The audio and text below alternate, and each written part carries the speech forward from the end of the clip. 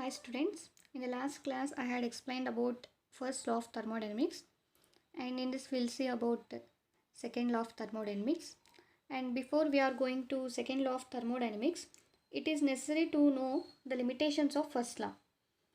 And coming to first point, first law brings about the relationship between heat absorbed and work done. You all know the equation Q is equal to delta E plus W, that is internal energy and work done and amount of heat absorbed. But if you take an example, according to first law, what it says, we can extract heat from by cooling ice and it can be used to warm water. But such a transfer of heat energy from low temperature to high temperature cannot occur without the use of external energy. On the other hand, heat flows from high temperature to low temperature on its own, and it occurs spontaneously and without the use of external energy. And the second point, it does not explain about the spontaneity of the reaction. And coming to third point, according to first law of one form of energy can be converted into equivalent amount of work done, but this is not possible without loss of some amount of energy. Hence, there is a need for another law which explains about the direction of flow of heat, and second, whether the process is spontaneous or not, and the third, practically, it is not possible to convert heat energy into an equivalent amount of work. Next, we will see about spontaneous process. The spontaneous process means a process which can take place without the help of any external agency. It does not require any external energy to initiate the reaction. And there are two types, reversible and irreversible. And coming to reversible process will occur very slowly, and in this work done will be maximum.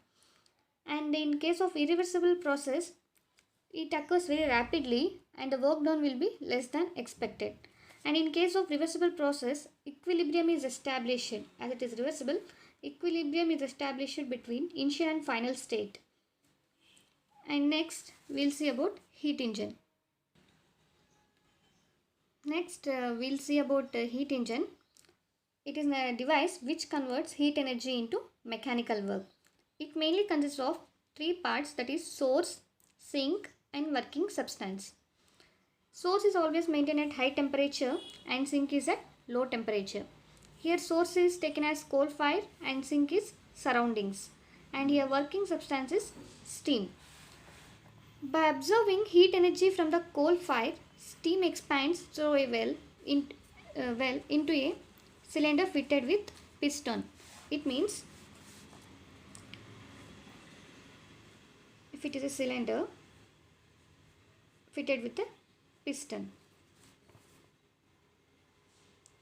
inside steam is present. If it is placed on coal fire, it absorbs heat from the source, and by this expansion of steam will take place. By this, movement of piston upwards will take place. And after some time, it gets cooled and again the piston moves downwards. The steam here, by absorbing heat energy from the coal fire, steam expands and the piston moves upwards. And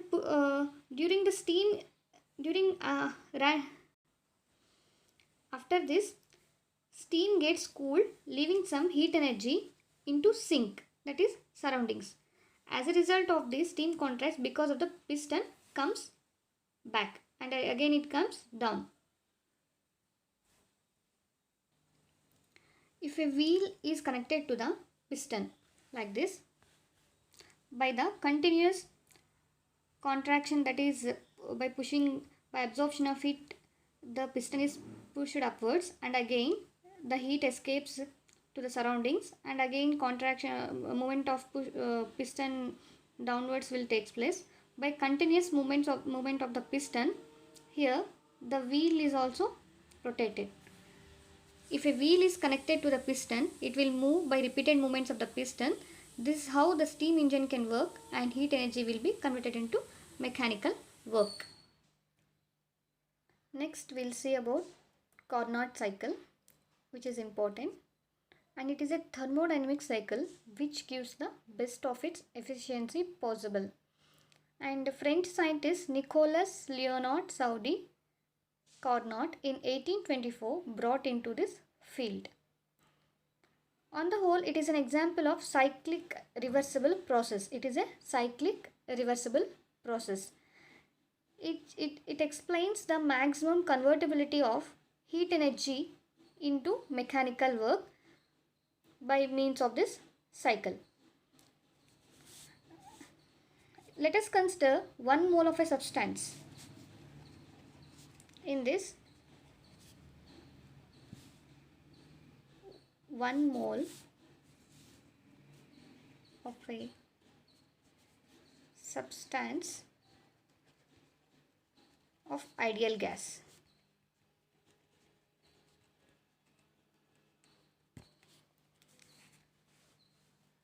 And this includes 4 steps, that is isothermal expansion, and second adiabatic expansion, and third isothermal compression,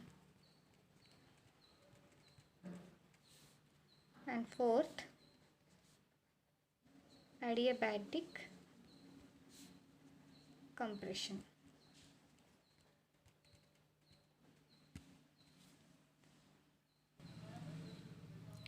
This is the Carnot cycle.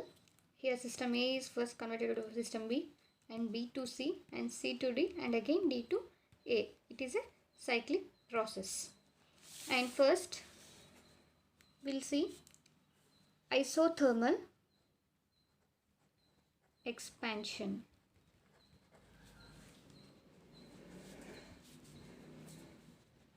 Isothermal, iso means constant, here thermal temperature, here temperature is constant. Temperature, here temperature remains constant. Let us consider the system A, which is having pressure P1 and volume V1. The system absorbs heat from source. Here you can see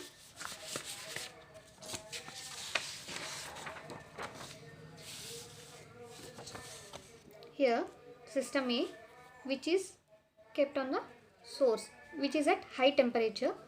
It absorbs heat, Q2 amount of heat, and by absorbing heat it undergoes expansion of gas, and by this piston moves upwards. Hence, by absorbing heat, Q2 amount of heat, by absorbing Q2 amount of heat from source, it undergoes expansion where the pressure P1 V1 changes to P2 V2,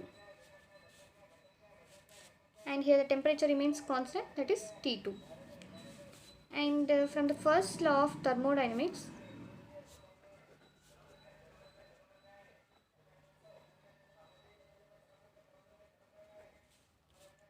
you know that Q is equal to delta E plus W. Since the process is isothermal, the change in internal energy, that is delta E internal energy, as it is isothermal, change in internal energy will be 0. So then Q is equal to W, that is Q is equal to W. Since here heat absorbed is Q2 and here work is done by the system. So negative, and we can write W as W1. Here work done by the system, so we have given negative. So we can write W1 is equal to R T2 ln V2 divided by V1. Since Q2 is equal to minus W1, Q2 is equal to R T2 ln V2 divided by V1. This is given as equation 1. Next, we'll see about adiabatic expansion. Here, during this process, the cylinder is kept on an insulated material where the amount of heat exchange between system and surroundings will not take place. And here expansion will takes place. For this expansion, internal energy is utilized. So here temperature changes from T2 to T1.